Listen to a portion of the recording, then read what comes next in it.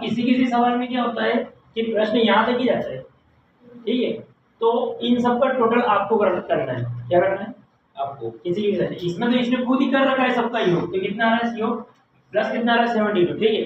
ऐसा नहीं हो कि आप इसको इस कॉलम में जोड़ रही है, कॉलम अंदर की, ये टोटल वाला है, क्या है टोटल वाला। तो हमको क्या करना है, इसका पाई चार्ट बनाना है। तो पाई चार्ट पहले दिमाग में रखना कि पाई चार्ट कैसा बनता है, कैसा बनता है गोल, ठीक है। अब पाई चार्ट गोल बनता है, मैंने आपको एक चीज पहले बता दी थी कि जब पाई चार्ट मतलब आप देखो पाई चार्ट जैसा है, सर्कल जैसा है, और सर्कल की वैल्यू कितनी होती है बताओ मेरे को? 360 कितनी होती है? तो ये अब यहाँ काम आएगी कि नहीं आएगी? बिल्कुल काम आएगी। अब पाई चार्ट बनाने के लिए हम क्या करेंगे, इसको हमें कुछ नहीं करना है। जब हमारा पाई चार्ट बनता है 360 डिग्री में बनता है, बनता है डिग्री, और मेरे पास अभी जो वैल्यू है वो डिग्री में थोड़ी है, वो तो नंबर में है कि इतने बच्चे इतने नंबर, या नंबर में है।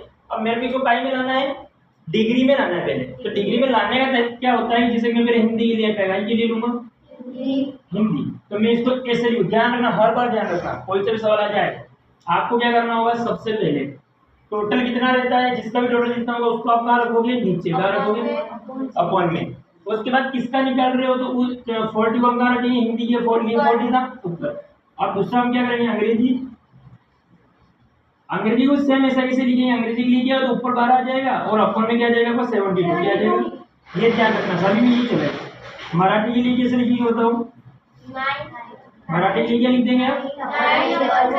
9/72, ठीक है। और तमिल के लिए क्या लिख देंगे?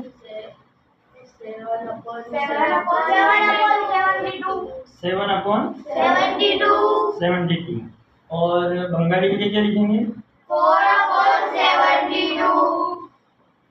4/72।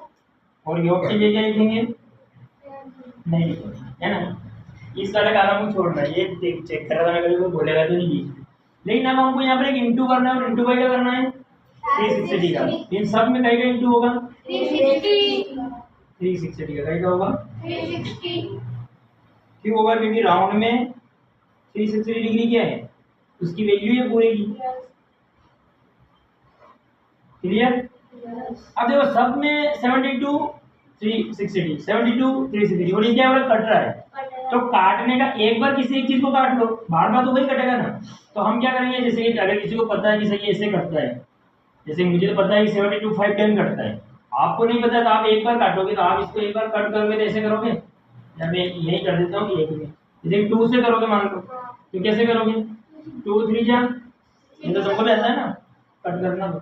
1 बचा, यहाँ कितनी बार चला जाएगा, 2 से काट रहे थे ना, तो काटो कहाँ पे, 2 1 जा 2, 2 8 जा 16, और फिर 0, फिर 2 से काटेंगे, यहाँ कितना आ जाएगा। जब 2 से किसी डिजिट को काट दे तो स्वाभाविक बात है वो केवल हाफ होती रहती है, आधी होती रहती है।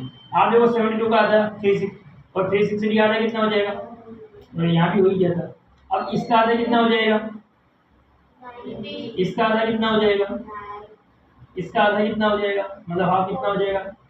और 9 की टेबल में 45 कितने टाइम आता है, 5। यानी कि कुल मिलाकर के इसको काटा गया तो मेरा आंसर कितना आया, 5 टाइम कट गया।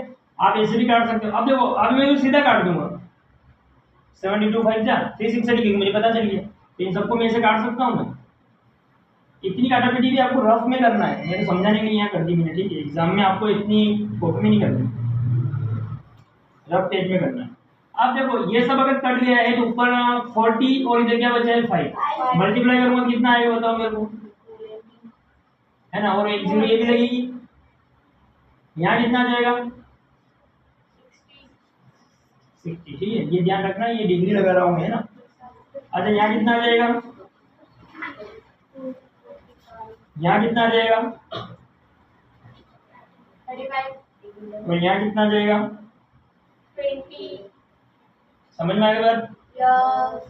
अब ध्यान देंगे, किसी भी क्वेश्चन में जो योग होगा टोटल जो जितना भी होगा उसको अपॉन में रखना है, और जिसके लिए निकाल रहे हैं उसको ऊपर रखना है, और इंटू में 360। लेकिन 360 हर जगह नहीं लगेगा, अगर हम पाई चार्ट निकाल रहे हैं जिसका पूरा राउंड निकाल रहे हैं तभी लगेगा, ठीक है।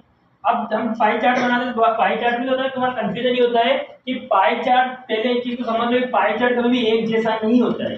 जैसे मान लिया अरे सर हमारे सर ने ऐसे बनाया था, हमारे मेम ने ऐसे बनाया था। पाई चार्ट जो आपके माध्यम से बनता है, किसके? आपके। तो मैं आपको यहाँ बताता हूँ कैसे। जैसे मान लीजिए कि पहले मैं एक सर्कल बना लूंगा, क्या बना लूंगा? एक सर्कल बना लूंगा। अब सर्कल में मैं क्या करूंगा कि मेरा जो पूरी वैल्यू है वो कितनी है? 360। तब मैं इसको पहले हाफ कर दूं। तो 360 को अगर मैं हाफ करता हूँ, देखो तो ये मैंने इसको हाफ कर दिया, तो आपको पता चलेगा ऊपर का इतना जो एरिया है ये पूरा कितने का हो गया? 180 का। कितने का हो गया? नीचे वाला कितने का हो गया? 180। अब मैं इसको भी अगर हाफ कर दूं, ठीक है, समझना बात को, अगर मैं इसको भी हाफ कर दूं तो ये कितने कितने के हो गए? कितने कितने के हो गए? 90। अब अगर मैं इनको भी हाफ कर दूं, देखना अगर मैं इस पूरे कॉलम को आधा हाफ करता हूं, जैसे मान लीजिए मैंने इसको हाफ कर दिया, तो ये कितने का हो जाएगा? 45 का। अब मैं एक बात बताऊं, यहाँ पर 45 आपको दिख रहा है ना?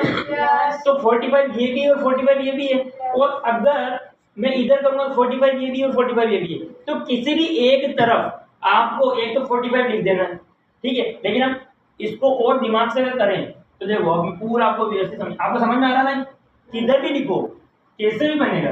लेकिन उससे पहले मेरे को एक बात बताओ कि मैंने जब हाफ किया था, मैंने जब इसको हाफ किया था तो ये कितना था? 180। कितना था? और आप देखो ये 180 तो इसमें नहीं है, लेकिन 200 इसमें है, यानी 180 से थोड़ा ऊपर।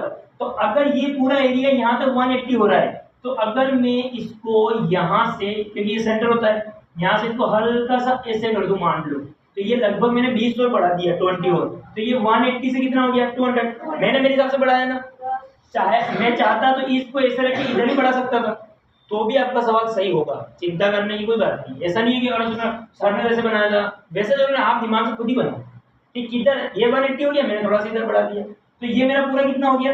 200। और 200 मतलब हिंदी क्या हो गया?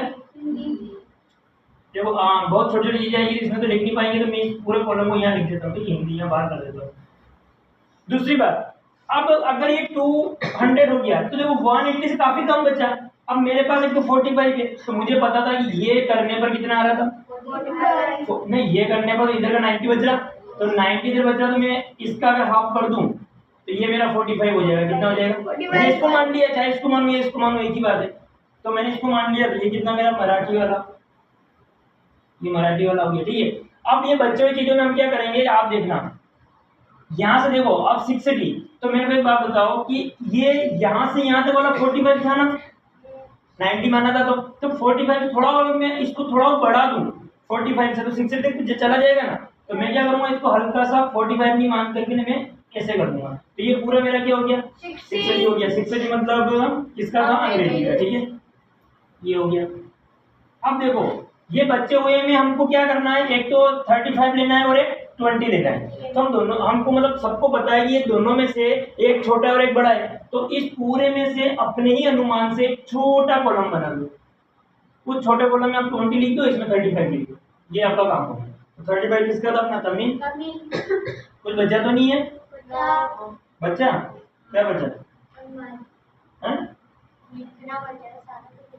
अच्छा लिखना बचा, समझ आ गई बात? अब क्या कोई दिक्कत आई क्या पाई चार्ट बनाने? नहीं है, सिंपल। बस ये है कि किस कोई तरीका नीचे की तरफ करके इधर, जैसे मानने में इधर है तो वो इधर लिख सकता है, उससे कोई फर्क नहीं पड़ेगा, क्योंकि ये तो सर्कल है ना, किधर भी घूम सकता है, ठीक है। ये आपके पाई चार्ट और मोस्ट इंपोर्टेंट प्रश्न है एग्जाम के लिए, नोट कर लो इसको।